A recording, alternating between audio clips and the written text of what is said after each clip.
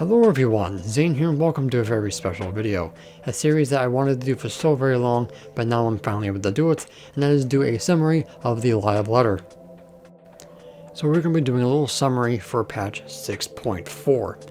Now 6.4 is slated to come out late May, so our predictions is May 23rd, with Savage coming out a week later on the 30th. Now remember, Final Fantasy 16 releases in June, so it is best interest for them to release the patch on Savage at this time so people don't get interrupted with Final Fantasy 16. So the title for patch 6.4 is going to be called The Dark Throne. Now in patch 6.3 our trial was with Ruby Kante. In patch 6.4 it is going to be against Golbez himself. Now a lot of people are speculating that Golbez is going to be turning into Zeromus, or Zeromus is going to come out of nowhere and saying that he was controlling Golbez all along. But I don't think that's what Square Enix is going with this. I think that Zero herself might become Zeromus. If you remember in the main story quest, there was an echo that we saw some of the Memoria turn evil because of the Void Saint crystals that they turned them into. Now we all know that Barbarisha and Scarmiglione are both in these crystals, since they were destroyed in the Void by Zero herself. So maybe she gets corrupted and becomes Zeromus herself, but that is my theory of what's going to happen come patch 6.5, because we're out of fiends, and I don't think Ashdaya is going to be a single trial herself. So I think in 6.5 that Zero is going to be turning into Zeromus due to the dark crystals that she holds thanks to Barbarisha and Scarmiglione. Now that because Ashdaya has lost an eye thanks to Kaznazo, and because we have one of her eyes, she's probably going to be more susceptible to the darkness of the Void. So most likely Golbez is probably going to use her somewhere in the fight, if not the extreme. If that does happen, then most likely she will not be the trial in 6.5. So next we have the main story quest dungeon, the Aether Font. Now this most likely is going to be in the island of Old Charlan. At first I thought it was going to be Othar's North because of the ice, but as we kind of went into the live letter, it was showing the Charlan layout. So it's most likely going to be in Old Charlan dungeon. So as patches get closer to the expansion of 7.0, I'm getting more and more worried that Mericidia may not be the next expansion just yet. We still haven't gone to Blind Frost and Othar's North, or the South Sea Isles, which I think may be on Sanctuary, and then of course you got the New World. Hoping that the New World comes out in 8.0 and we get to Mericidia in 7.0, because that is something that I've been waiting for since Heaven's Ward. And I really, really want to know more about Bahamut and the motherland of the dragons.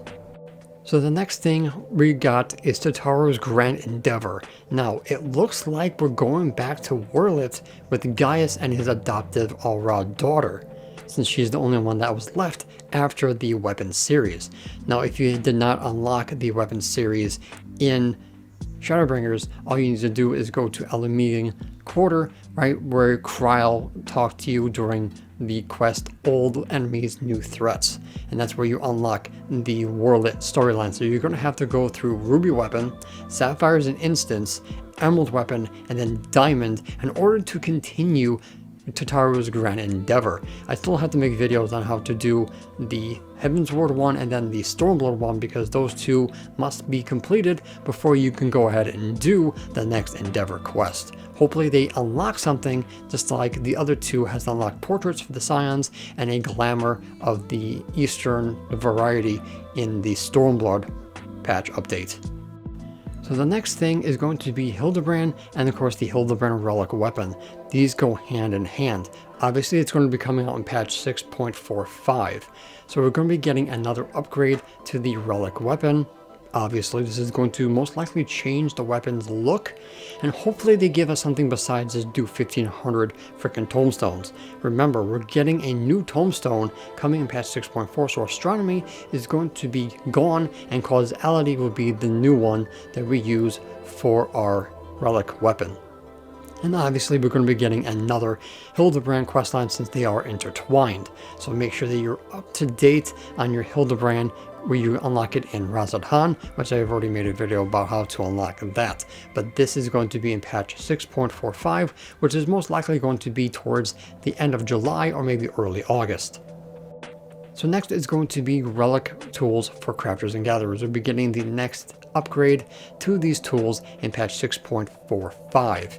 This is going to continue into the next expansion, so these tools are definitely worthwhile, especially if you don't want to meld 8 different main hand tools. I honestly wish they would do offhand tools as well, but maybe sometime in the future. But you make sure that this is done before patch 6.45 again, which is probably going to come out towards the end of July, early August. So you guys have a crap ton of time to get these done. I made videos on both the steps to get them, so if you need help with that, make sure to check those out. Next is going to be Island Sanctuary. Now this is coming out in 6.4. We are getting new visions, new ranks, obviously. We're getting a new landmark, which is a giant clock tower, which is pretty freaking cool.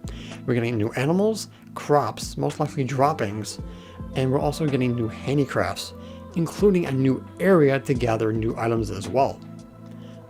Now we did get a sneak peek of what one of the new animals is going to be, and it's a giant spriggan on a rock. If you remember, this is Ziggy from the Anti-Tower, but also from Matoya's dungeon back in Shadowbringers.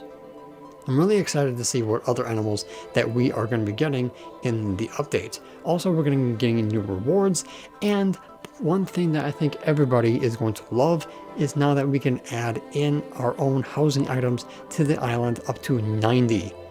We cannot use guarding or striking dummies on this island, so don't worry, people who are using the Thanirian onions to make bank, these people cannot ruin your market. So if you've been neglecting your island sanctuary, I highly recommend that you get off your butt and start doing it now, because you don't want to have to do the old stuff and then also the new stuff as well, and try to grab as many calories as humanly possible, because we don't know how much we're going to be needing for the updates. Next is something that I'm super excited for, because this is going to open up so many avenues for Grand Company seal farming and stuff like that, is Blue Mage. Blue Mage is finally getting the update we've all been waiting for. Level 80 cap going into Shadowbringers, and most importantly, we're getting new missions for the Carnival, most probably just 1 or 2, hopefully more, because I really love doing the Carnival. We're getting new spells, God knows how many, but we're also getting a cool new snazzy gear that I think looks a hell of a lot better than what we currently have. Now, what spell are we getting teased with? But none other than Innocence himself. If you guys remember the stupid mechanic where he goes in a circle with those stupid blades, or when you're doing extreme you have to run away from the blades and then quickly turn left or turn right so you guys don't get vulnerability stacks up, well, that's the spell we're getting. I have no idea what other spells we're getting from the trials, but maybe Titania's tank buster with the electricity, maybe Ruby Weapon's giant laser, or maybe his Raven Claw, or maybe the undermine ability. We don't know. I'm really hoping that we get maybe Diamond's weapon giant laser beam, or even the Warrior of Light's dragon dive that he does during the fight. I don't know, but if we don't get something cool from either the weapons or the Warrior of Light, we riot. But yeah, I'm super excited for this.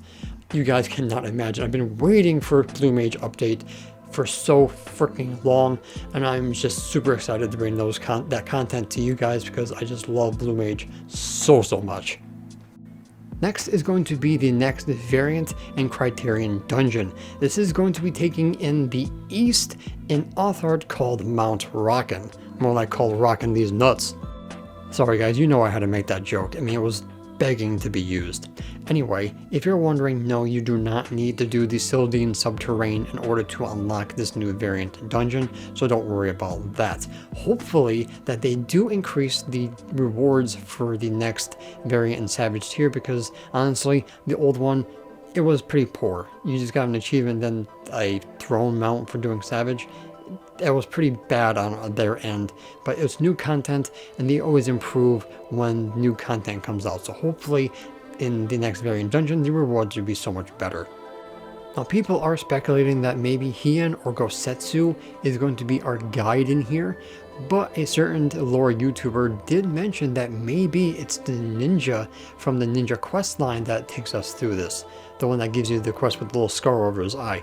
I think he may be the one to take us through. Hell, maybe Yugiri's the one that takes us through, but we won't know until patch 6.45. Next is a small update to ocean fishing. Ocean fishing is getting a new route going into Kugane.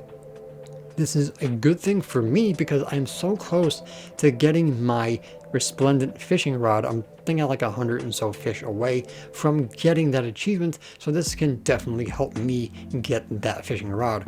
But look forward to ocean fishing update in patch 6.4. Now we do have some miscellaneous updates as well, such as we get duty support for Stormblood going up to El Amigo, so now if you guys want to do anything solo with NPCs, you have the power to do so.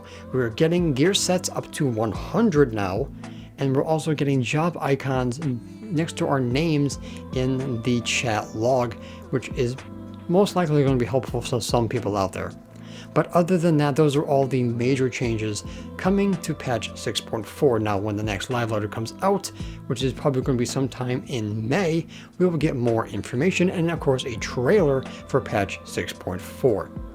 Alright guys, so that is pretty much going to be it for this video. Thank you so much for watching. Don't forget to like, comment, and subscribe to my channel if you're new for more Final Fantasy XIV content and join the First Brood. If you want to join my Discord server, the link will be in the About section down below. And if you guys want to support my channel monetarily, I do have YouTube memberships available. So until next time, make sure to walk in the glorious light of Lord Bahamut, and always remember to keep forging ahead.